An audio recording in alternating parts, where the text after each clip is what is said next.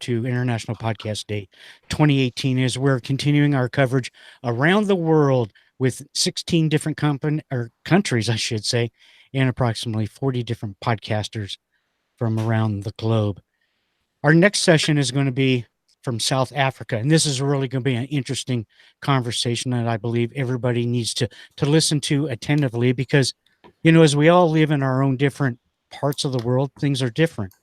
And there's many challenges, as we learned earlier today, about some people not even be able to use Hangouts because of government restrictions. Before we get going, I need to briefly talk about our great sponsors of International Podcast Day. Our platinum sponsor is Blueberry, a full-service podcasting company providing podcast hosting, statistics, advertising opportunities. Find more at blueberry.com.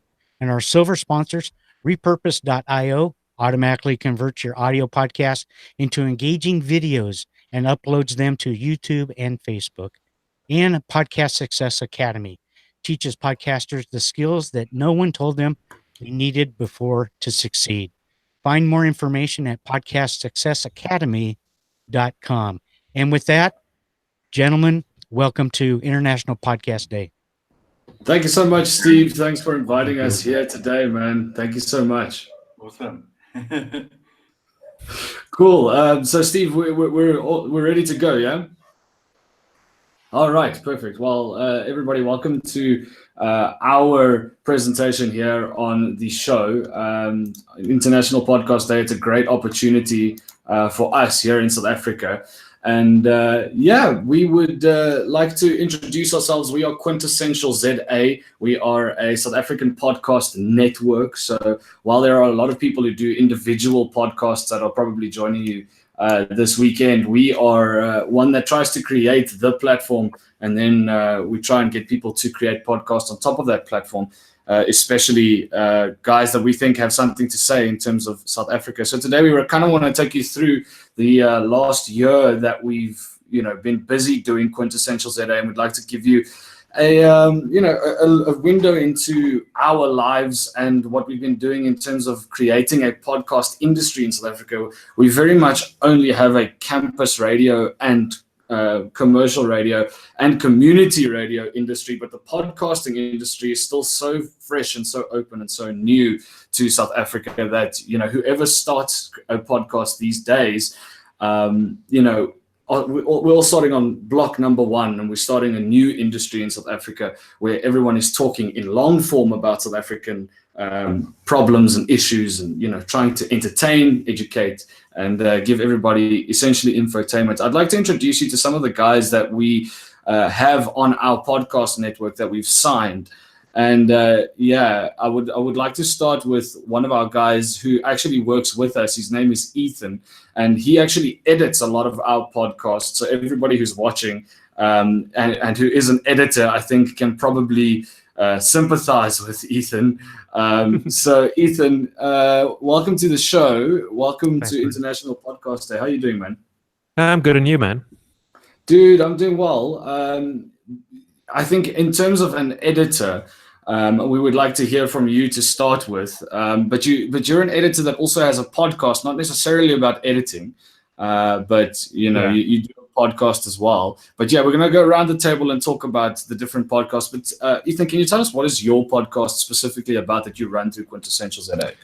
Cool. So I actually started mine quite recently after having edited many other people's podcasts. I was like, I need to get my own one with my own voice up pretty soon. So mine's called the New Musician Podcast. So one of my other hobbies outside of audio editing is music production. And after having done it for a long time, I realized I don't really know what to do to get into the industry. So I figured podcasts would be a cool way to network with people.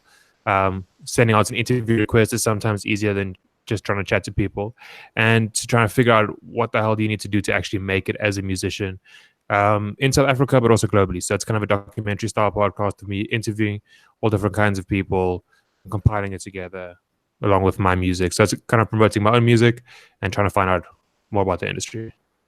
Yeah, so I mean, you started a podcast that's kind of a learning curve. You're kind of learning as you go along with the industry, which is something that podcasts, do present versus, actually just a radio show, because radio shows, the content is kind of, you have to cover a lot of content, but now you're kind of honing in on a niche topic where it comes to music. Yeah. And, and specifically something that I would like to learn myself. Like it's a way for me to learn something and produce content around it. Yeah, the thing is, though, now we've started a new podcasting industry in South Africa. I'd like to get your thoughts of why more South Africans should be accessing your podcast specifically, and how you've tried to get people to get to your podcast to listen to it. So my podcast is kind of interesting because I think it's a marketing tool for my music to a large degree. So it's the reason I think people should listen to my podcast is because I'm getting like really in-depth interviews with people who have already made a name for themselves in the industry. And there's a lot of questions that you can't really get specific answers to, especially not local answers to. Like, how do you book gigs in Pretoria? Who is it that you have to speak to? What are the processes you have to follow? So that's kind of those kinds of information is what I'm trying to present here to say there's certain things that you need to learn to become someone in the music industry. And let's try to figure that out together. And the other selling point is my music's in the podcast. So if you want to listen to some weird alternative beat music and listen to a podcast at the same time, that's why you should listen to mine.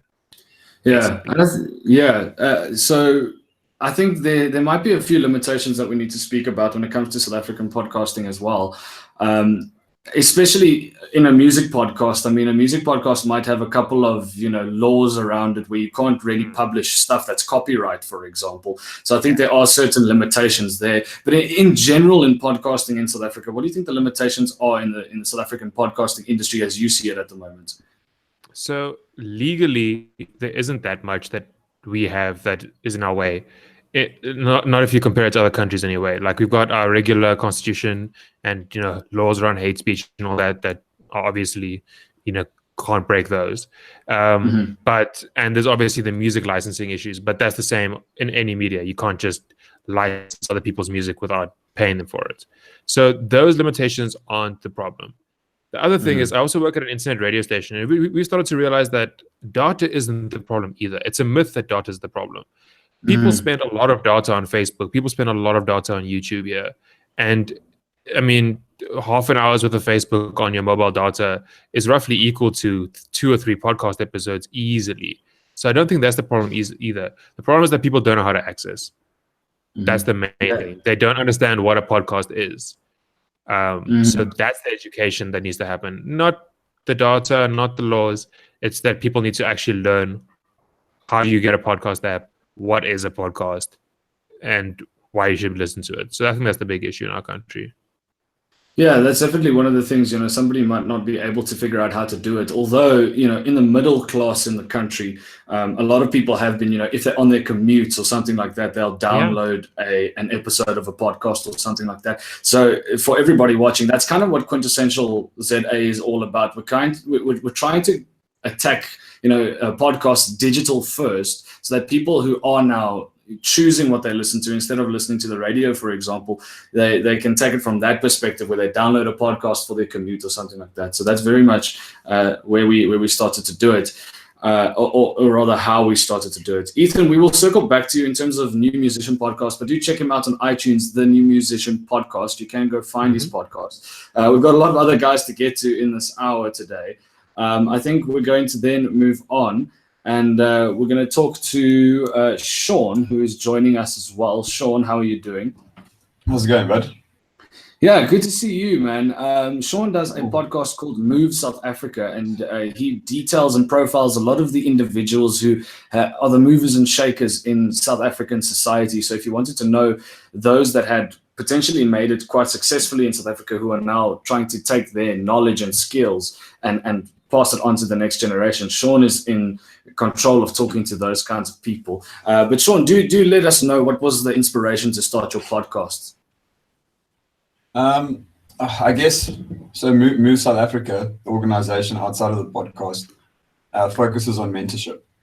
So a Live and Learn voice archive, in essence, is like this library of mentors almost.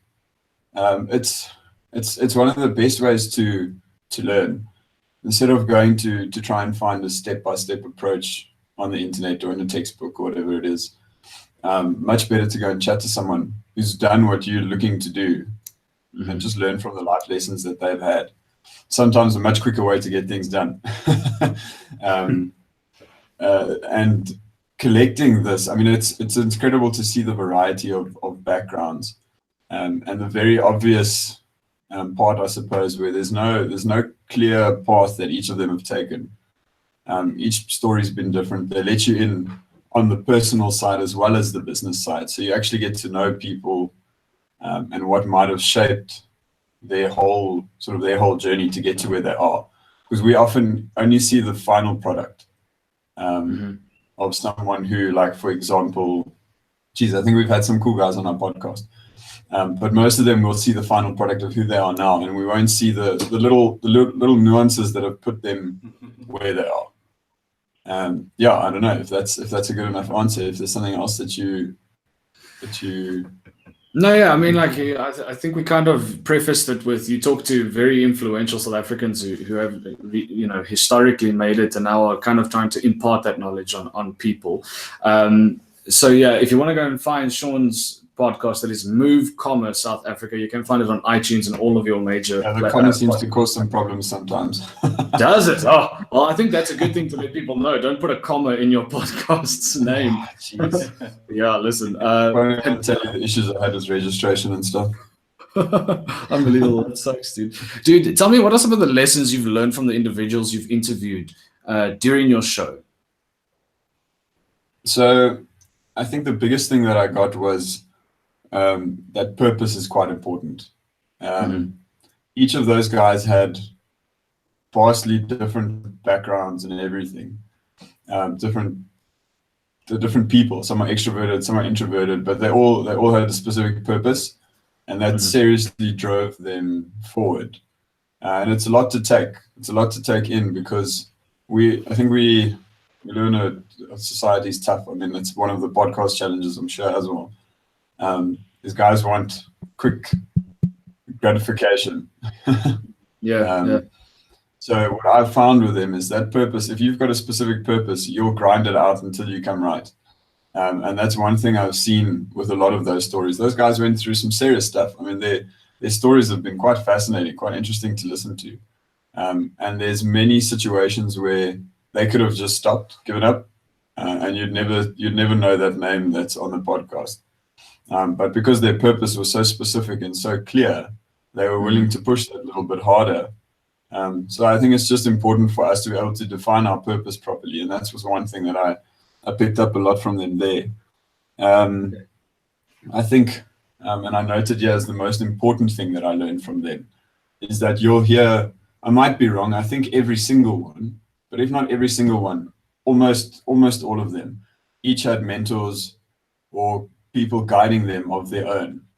So as successful as they were, they had people that shaped them when they were young, and while they were walking on this journey to where they got to in the end. And if they didn't have those mentors, there's a big chance that those guys wouldn't have made it to where they are. So I guess it's almost trying to provide that same service for a lot of young South Africans out there. Say, look, these guys made it, but they didn't make it on their own. They also had these people to go to when they hit a wall and they thought, geez, how do I get around this? Let me give my mentor a call, drop them a WhatsApp. I don't know, back in the day, some of them were writing letters. It was before phones.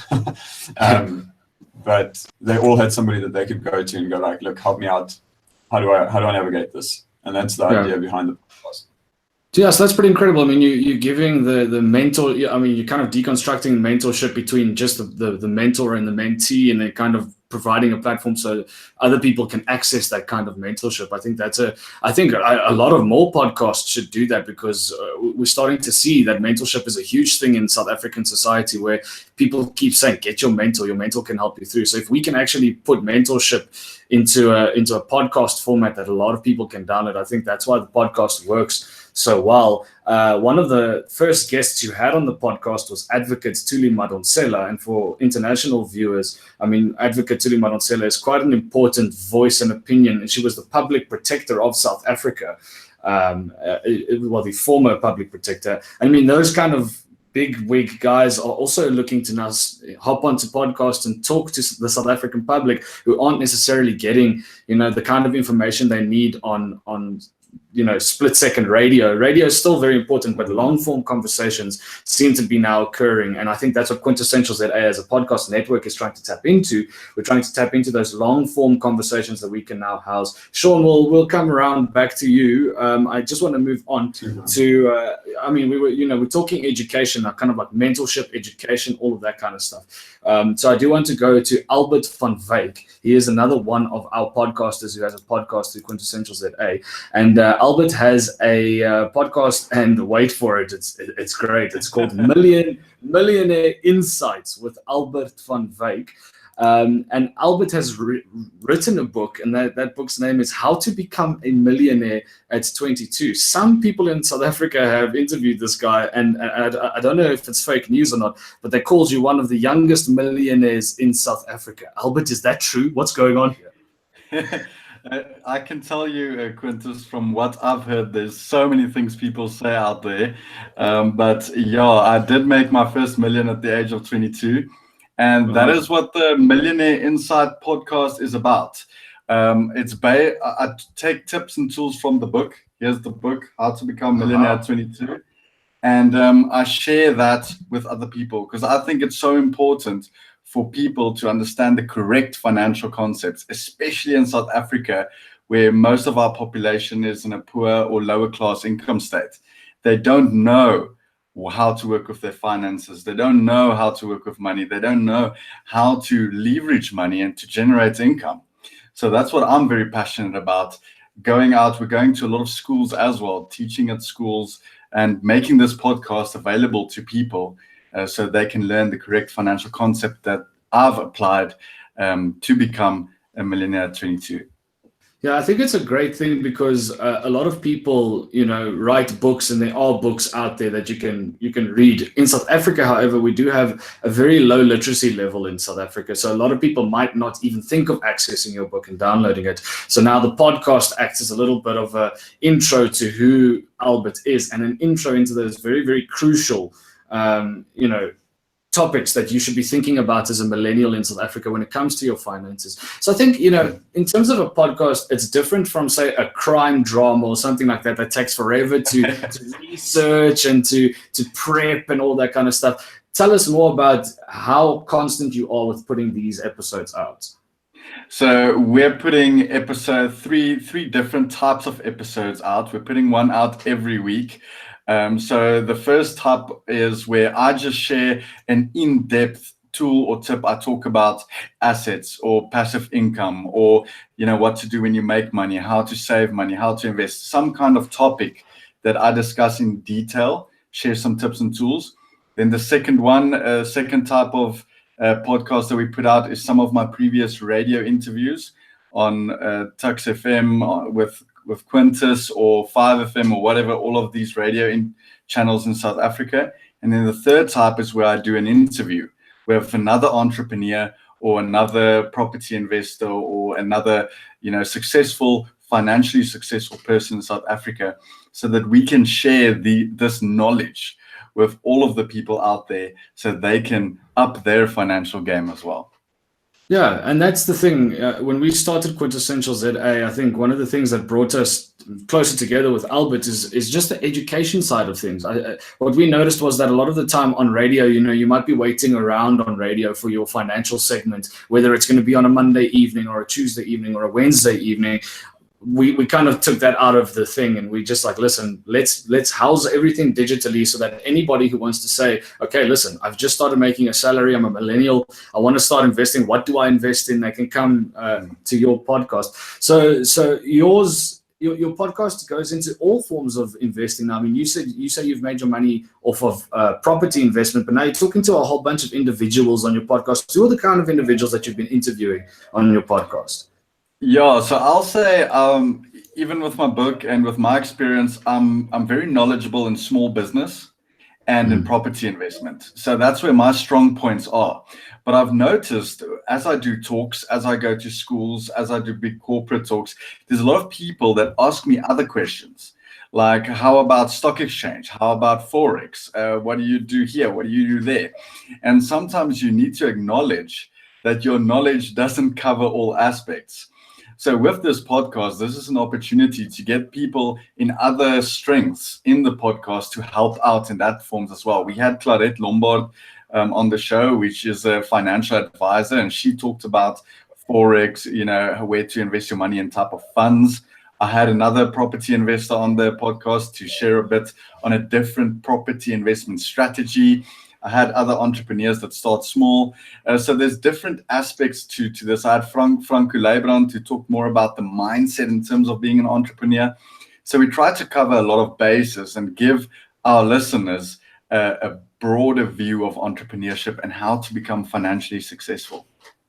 Yeah, very, very important. And I think that's the power of podcasts at the moment. South Africans first, before we get creative with the way that we do podcasting, because I mean, a lot of us at Quintessential ZA, come from that era of listening to the big hitters in America, like the serials and those kind of things.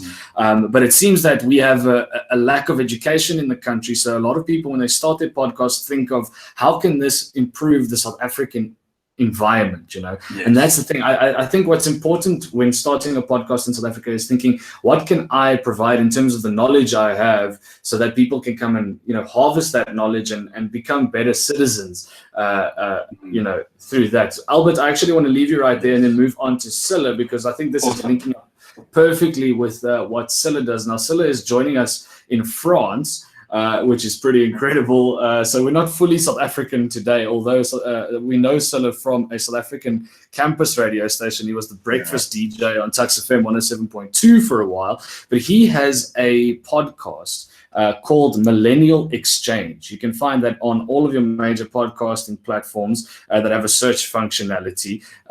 So go check out Millennial Exchange. Silla, you, in your words, tell me what Millennial Exchange is all about. Right. So I'm really happy to be joining you guys for this International Podcasting Day. I think me starting my podcasting journey was one of the best things to happen to me. It really gave me a chance to, radio is it's very fast, very quick, and everything is in small bits and chunks. But the Millennial Exchange gave me a chance to debunk and talk about issues that millennials face every day. That's pretty much what the Millennial Exchange is about. It's about millennials coming together and talking about culture, identity, philosophy, society, whatever it is. And I remember we've tackled several issues. We've tackled things like colored identity. That was one of our first few episodes, looking at how colored people in South Africa navigate their identity and negotiate their identity and these different things.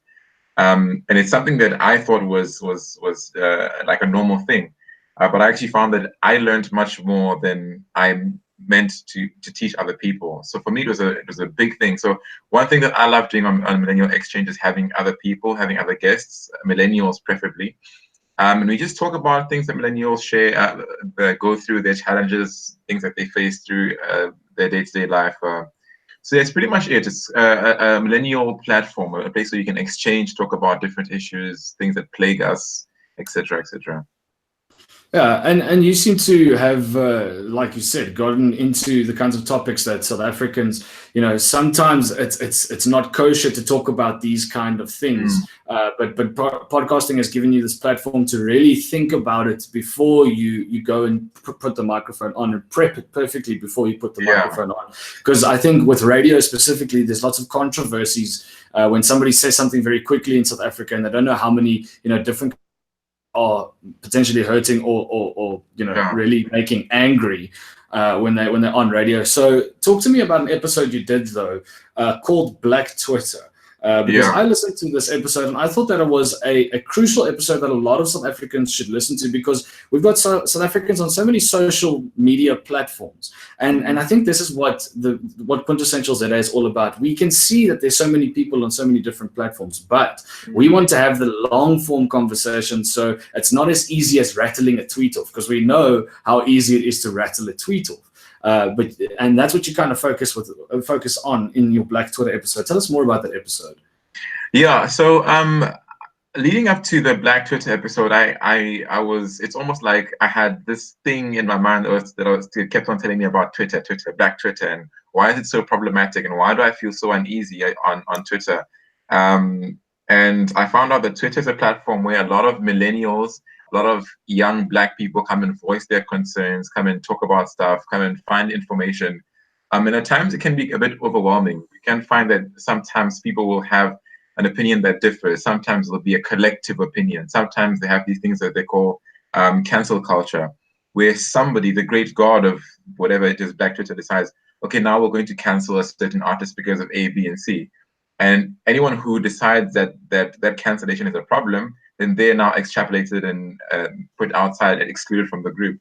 So I found that stuff like this was a bit problematic. So I decided I should probably do something called Black Twitter and find out what are the pros and what are the cons of this thing that we call Twitter. You know, what sometimes people just take in Twitter without actually thinking about it. It becomes a very mindless activity. You just scroll through and scroll through. No one takes time to like pick up a tweet and criticize it, etc., etc. So for me, I found it was a good way to critique Black society and social media and all these things. Yeah, right. You've also got an episode called Youth Day 2018 where you talk to South African individuals about what Youth Day represents to them and what it is in their democracy.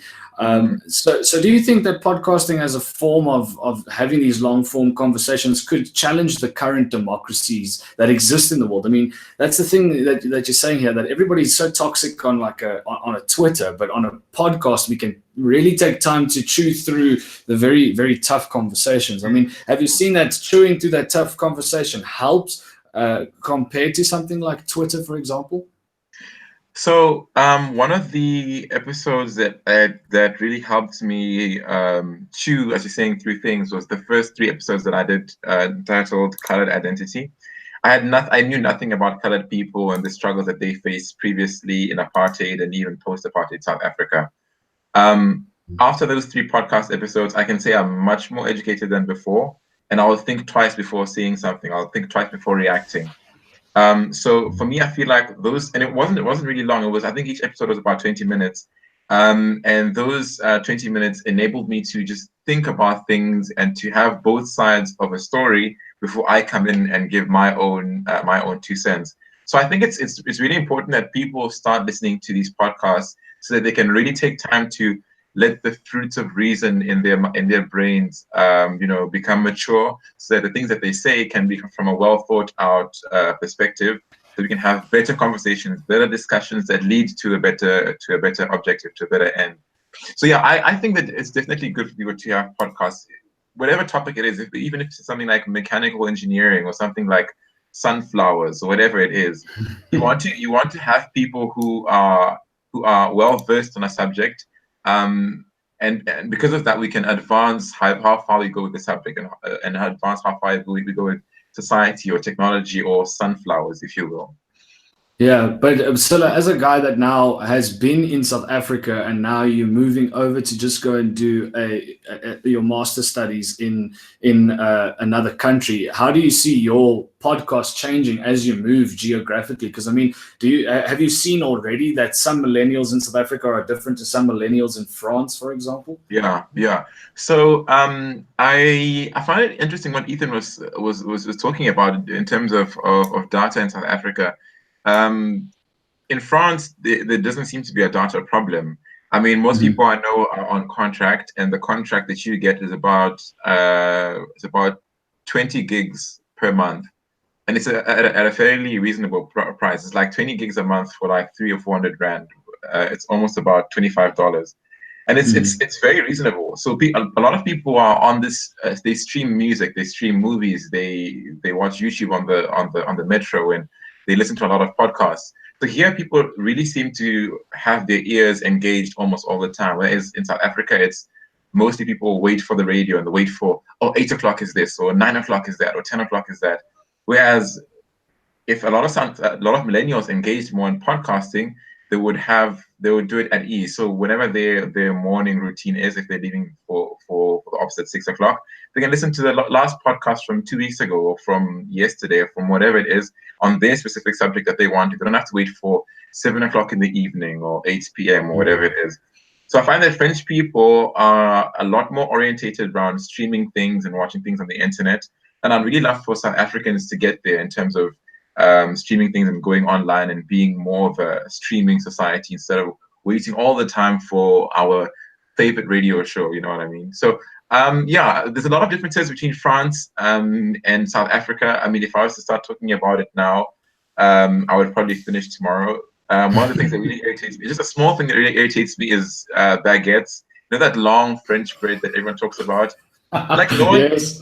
no one puts their baguettes in like a plastic bag or anything. People just walk around with their baguettes, like waving them all over the place. Like they don't worry about germs or anything. But anyway, enough about baguettes. This is true. I think you should start a podcast about baguettes specifically. No, like that's precisely. that's a niche topic. Sunflowers. Baguettes and sunflowers. Ethan, tell us more about those limitations, because you did kind of make it seem that data is not specifically a setback. But I think that in terms of creators, like podcast creators that want to upload their stuff, there are certain limitations, especially if you're going to be exporting in different formats. Like, for example, if you're going to be uploading something in Wave to your podcast hosting service, I mean, that's going to have a large file to it. And I mean, a lot of people struggle with data in this country. They don't have enough bandwidth to upload their podcast. Talk to us more about how we can try and, turn that tide backwards so we can actually upload more. Look, I think personally, it's not that there's a problem with data in our country, because the prices are slowly but surely coming down. It's still kind of pricey, but the prices are kind of getting there. I think it's a perception thing. I think that people perceive different websites differently and have like levels of importance around data. Because literally, I've seen people who complain about data sit on Facebook for hours. And if you were to check your data after like just a typical Facebook visit, typical Facebook browse with all the videos that people are watching, that must use a lot of bandwidth. Now, the thing is, if you were to say that data is a problem for creators, then that means that there wouldn't be a video industry in this country, which I think there really is. And video data is way, way, way worse than audio. The other thing is, I don't personally think there's a decent reason why you'd be uploading a waveform to your podcast provider unless your podcast is some hardcore sound designed podcast. But even then, what's inevitably going to happen is your provider is going to re-encode it in any case. The provider we use here, Iono, no matter what format you use, they re-encode it and give different levels of bandwidth to different based on your data usage. The other thing is that what Iono.fm, not to be an advertisement for them, but because they're Africa's biggest podcast host, also does offer different bandwidth options. You can say full quality, medium quality, and low quality, and I'm sure that's a common feature among podcast hosts. But the fact that Iono is so big in this country and is used by so many local podcasters, and we have the option to literally download like a 2 meg version of like an hour-long podcast. And so, look, I think it's a perception thing. I think South Africans are very scared about using their data. People are constantly looking for Wi-Fi networks, constantly trying to save their data for good reason. But I think if people could get exposed to podcasts more, they'd understand the value of it and value that data more. And my final thing I want to say is, you can also just download podcasts on Wi-Fi when you have it and then listen to it later. That's what I do. I have Wi-Fi at home. I download like a bunch of episodes, and then when I'm commuting, I know I have podcasts ready to go. So I think it's, again, we need to teach people, look, when you're at work, you can download like 20 podcasts in a pretty short amount of time, and then that's your content sorted for the next 2 weeks. Yeah. So we just need to explain to people about that. Yeah, I see a comment on the International Podcast Day chat roll that asked, it was more of a question, how much data would a 30-minute podcast take? How long would it take to upload to? So Ethan, if you could give us an idea of how much data a 30-minute podcast would take. Let's say, but like you've said, there's different levels of quality that you can download this at. So, and I think that's the South African narrative at the moment, is that you have to give up a certain quality to listen to a podcast in South Africa. I think that's the major issue for our international audience. I mean, that's what we have to kind of stoop to. We're trying to be a little bit thrifty with our data, so we'll download something at a lower quality instead of a higher quality. Yeah. So traditionally with MP3s obviously being the most common format, the 128 kilobytes MP3 is kind of known to be the lowest acceptable quality you can have before the quality degrades to a point that you can really notice it, especially with music. So let's assume that people are using 128 kilobyte per second MP3s and that it's roughly about a meg per minute with an MP3. So if you had a half an hour podcast, that would take you 30 megs to upload, which is not a lot.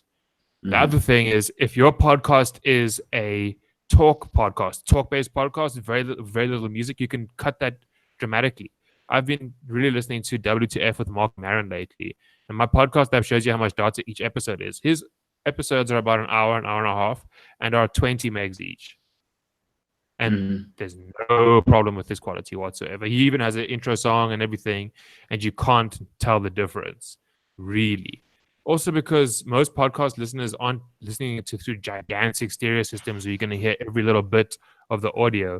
They're mostly listening on like entry-level smartphone headphones, or their Bluetooth headphones they got. But at that point, if you are a good editor and your podcasters record in decent environments, you can get away with pretty quote-unquote low-quality audio without worrying.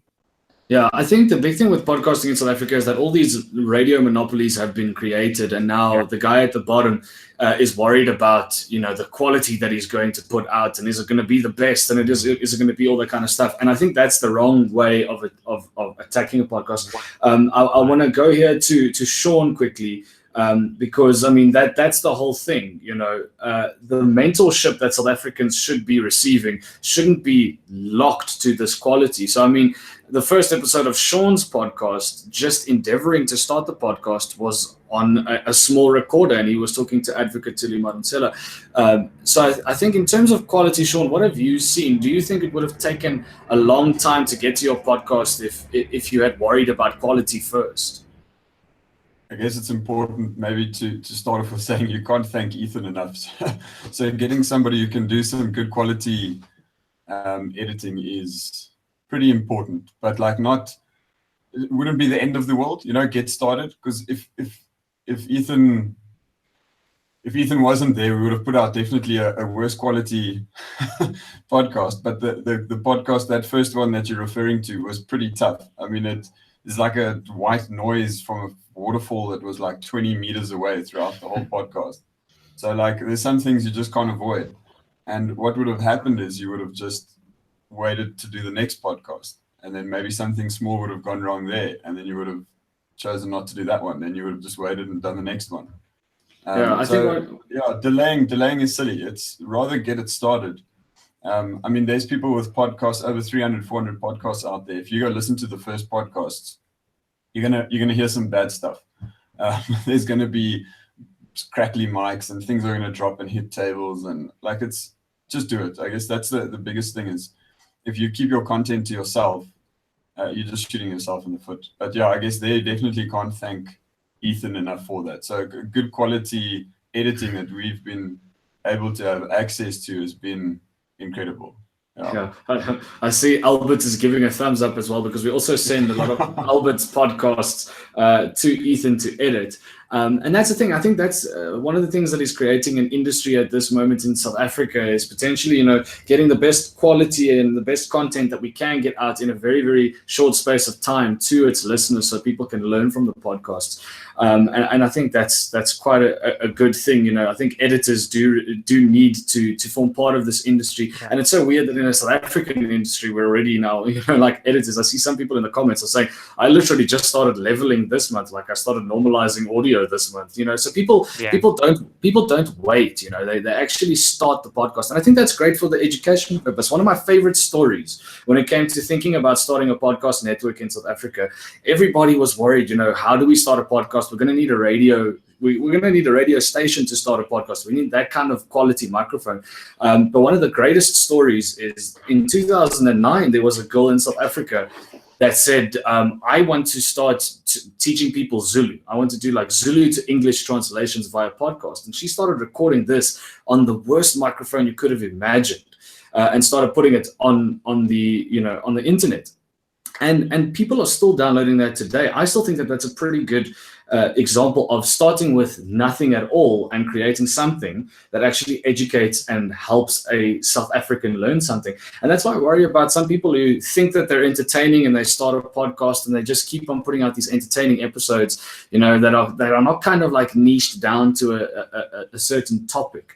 And I think something that Quintessential ZA does well is taking niched topics and putting them onto a platform, because sometimes we do need to talk about, you know, a niche. So Albert, in terms of a niche, you seem to go towards a finance niche, and in terms of downloads, we've seen more downloads coming through your podcast, and I think we can chalk it down to the fact that you've niched down the topic. It's not very broad anymore. It's about, listen, do you want to get your finances in order? Then you got to do your podcast. Talk to me about that niche. Are there other podcasts in South Africa at the moment that are focusing on finance? Yeah, I think I focus a lot on giving the entrepreneur, giving the business owner, giving the property investor some content. Because a lot of our guys there as entrepreneurs, business owners, it's a tough environment, right? It's real tough, and we need education. We need that hour or 20-minute, you know, session where someone else can teach us these things that we might lack. And especially in South Africa, where we have 90% of our people living in South Africa is in a poor or lower class income state. So, I mean, young entrepreneurs wanting to get into business, wanting to start doing something, can't learn the correct financial topics and tools and tips and techniques from their parents, because their parents or their grandparents are in a lower class or poor income state. So where can they learn financial concepts? Where can they learn these things that they need to know? So I think I focus on those entrepreneurs that wants to learn something more, that wants to up their business, that wants to get into business, or that wants to fine tune what they're currently doing. So yeah, it is a very niche. It's only for entrepreneurs, business owners, or aspiring entrepreneurs, business owners, people that wants to get into making money. Yeah, I like podcasts that make active citizens of someone, you know, because that's the thing. I think South Africa needs that more now than ever, because we just get fed all of this information and we take it in and we never really apply it. So something like an entrepreneurship podcast is something that you can physically apply to your own life. And that's kind of, you know, it's kind of like self-help books to a degree that podcasting in South Africa is turning into. But yes, we do have some other guys in South Africa, you know, like the Cliff Centrals and the Sound Africas that are, you know, very narrative-based podcasts and all of those kind of things. So I would like to actually start a South African narrative-based podcast. But I really thought, us being millennials and going through university, it was a good idea to get a lot of the knowledge and the things that people had learned and, you know, supply that to the masses. But yeah, in terms of Quintessential ZA, it's been tough to market it efficiently. So if anybody in the international audience has tips and tricks in terms of the marketing behind it, we would really like to you know, get your opinion on that. I see Sean was talking to the guys here saying, if you get good content out there, people will listen. I do think it is important to make a point to learn from the mistakes you make, at least, and not make the same mistakes regularly. And I think that speaks to entrepreneurship as well, Sean. In terms of a Quintessential ZA, for our international audience, we started out at a campus radio station, and we started taking a lot of the stuff that we did on campus radio and we started putting that on our own little podcasts. So we kind of now have two schools of thought. We talk about radio archiving and podcasting, and what we were doing at the beginning of Quintessential ZA was a lot of radio archiving, and a lot of South African radio stations, whatever happens on the on-air, they put onto a podcasting, you know, platform. But I don't think that's the correct way for podcasting. Yeah, well, you know what? Tell us more about that, Ethan. How do we define podcasting in South Africa, or how should we define podcasting? So the thing about podcasting is that what's weird about it is that there isn't really one standard definition. Technically, videos count. Technically, this counts as a podcast. Technically, any audio or archive that you put onto an RSS feed counts as a podcast. So the definition is getting a bit muddied, and that's difficult for me in this South African market, because I think there's so many radio stations. Almost all of our radio stations are calling themselves podcasters, but what they're doing is they're repackaging radio content and putting it out in a podcast. Now, look, I don't think that's a problem, and I don't think that's not a legitimate form of content, but it's just a pity to me because these guys have literally multi-million rand, $1 million studios with the best microphones and the best mixing desks and radio presenters and content producers who are really, really skilled and could do something completely interesting. But instead, everyone's 100% focused on the terrestrial broadcast. And now that's fine because that's where most of their money comes from. And because of the fact that the South African market doesn't have a lot of podcast listening in the car yet, and because of most of the radio market is kind of lower income, which aren't accessing podcasts yet, although debatable. I just feel like there's wasted talent in the radio sector because, and it's because both me and Quintas have been working, and Silla as well, have been working in radio for a while now. And we've kind of seen both sides. And we've seen there's an old boys club mentality when it comes to the radio industry in this country, meaning the people who have been in the industry since the 80s, since before the SABC changed its name, are clinging on to terrestrial radio because that's where the money is. And they view internet radio and podcasting as, it's like a hobby that someone does at home. And they don't legitimately think of it as a form of content that they can be creating. So my problem is that I think that the radio industry isn't doing enough to push podcasting forward as a whole. This year was the first year where they ever gave an Liberty Radio Award for podcasting and or internet radio. So that kind of goes to show that like this country needs to take it a bit more seriously, and talent that is being wasted could really be put to good use. That's a big problem for me. Yeah, I think you have a point there, Ethan. To give our audience a little bit of an idea, like he says, in our official award ceremony for South African Radio Awards, only this year, opened up an award for podcasters, which was a good thing, but there was a lot of mixing in of radio and normal podcasters that aren't part of radio stations. But what was very encouraging was that one of our podcasts under Quintessential ZA, which was Quintessential Engineering, was nominated in there. So I think the South African podcast industry is now perfectly poised that anybody, even if you have a USB microphone, I mean, we only used the USB microphone for Quintessential Engineering, and that got a radio nomination at a very prestigious radio award ceremony. So I think if we continue doing those little things, we can build new companies, because the monopolies really have like this lock on what is good South African radio content. And I think what you're saying is true, that you can put a lot of what happens on radio, and that's like 5 minutes or 6 minute segments onto the internet, but is that helpful? I think that something heavily researched sometimes, or wonderfully built in terms of the narrative could potentially, get people listening. And the problem with radio stations as well is that they play a very, very regional game. So you won't know, you might never discover a Tux FM if you don't live in a Pretoria area, for example. And then it's even going to make it tougher for you to find them via their podcast channels. Steph on the chat here says, I can't remember the last time I listened to radio.